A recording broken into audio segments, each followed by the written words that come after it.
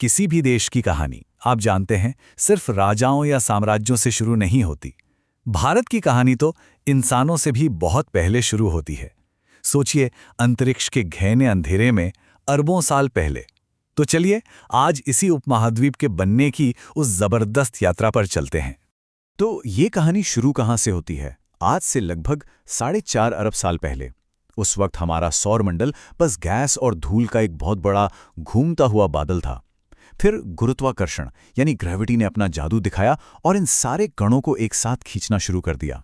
और इसी खिंचाव से हमारा सूरज बना और साथ ही पृथ्वी समेत बाकी सारे ग्रह भी बने।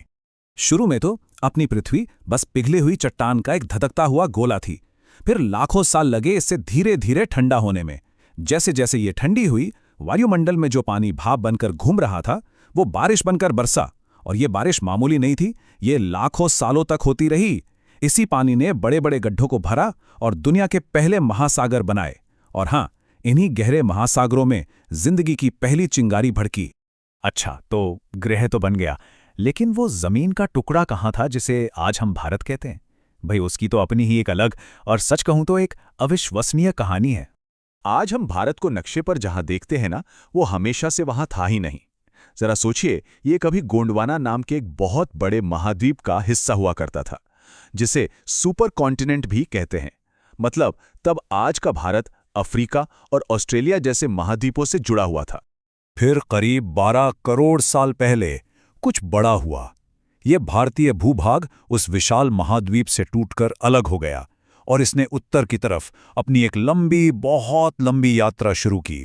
और ये कोई धीमी यात्रा नहीं थी, ये लाखों सालों तक एक जबरदस्त रफ्तार से चलती रही। और फिर ये यात्रा दुनिया की सबसे बड़ी, सबसे जोरदार टक्कर के साथ खत्म हुई। भारतीय प्लेट यूरेशियन प्लेट से इतनी जोर से टकराई कि पृथ्वी की सतह एक चादर की तरह ऊपर की ओर मुड़ गई। और इसी टक्कर से बनी दुनिया की सबसे ऊंची पर्वत श्रृंखला, हमारा हिमालय। और इसी हिमालय से निकली जीवन देने वाली नदियां। इन नदियों ने अपने साथ लाई मिट्टी से बड़े बड़े उपजाऊ मैदान बनाए, जो किसी भी महान सभ्यता के फलने फूलने के लिए एकदम सही जगह थी। तो यहीं पर इंसानों ने बसना शुरू किया। और अब चलिए जमीन बनने की कहानी से आगे बढ़कर इंसान की कहानी की तरफ चलते हैं। यहां पर दो महान फाउंडेशनल युगों का उदय हुआ।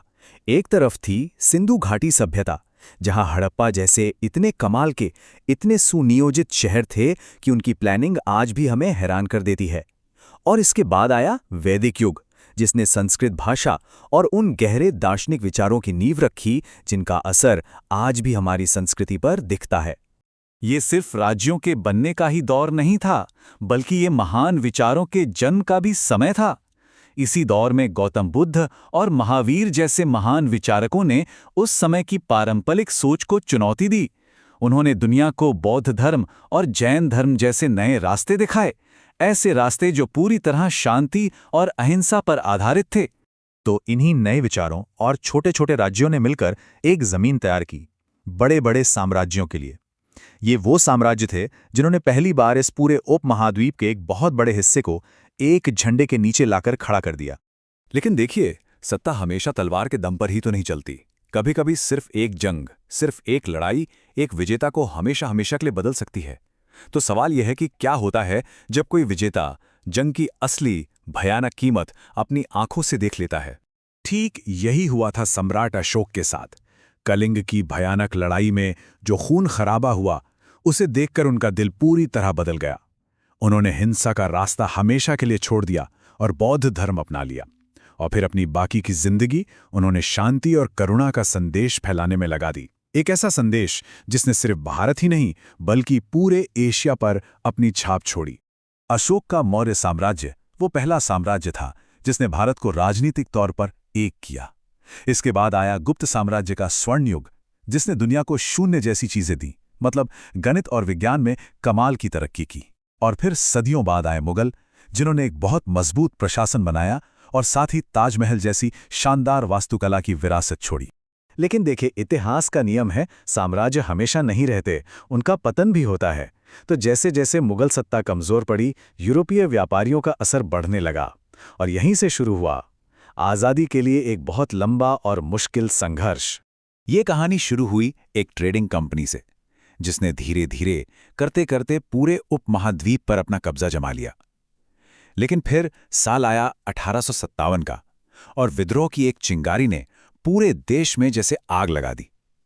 और इसी आग से महात्मा गांधी जैसे नेताओं ने सत्य और अहिंसा का एक ऐसा आंदोलन खड़ा किया जिसे देखकर पूरी दुनिया हैरान रह गई। और आखिर में सालों के संघर्ष और अनगिनत कुर्बानियों के बाद वो दिन आया, 15 अगस्त 1947।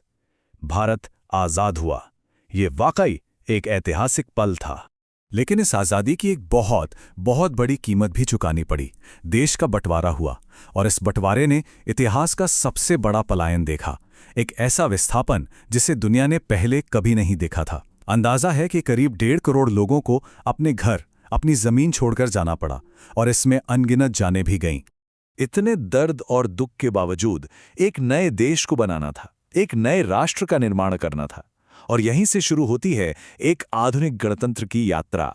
साल 1950 में भारत ने अपना संविधान लागू किया, और इसी के साथ वो एक संप्रभु लोकतांत्रिक गणराज्य बना। इसका मतलब सीधा और साफ था कि अब देश की सबसे बड़ी ताकत किसी राजा या रानी के पास नहीं, बल्कि हमेशा के लिए देश के लोगों के हाथों में आ गई थी।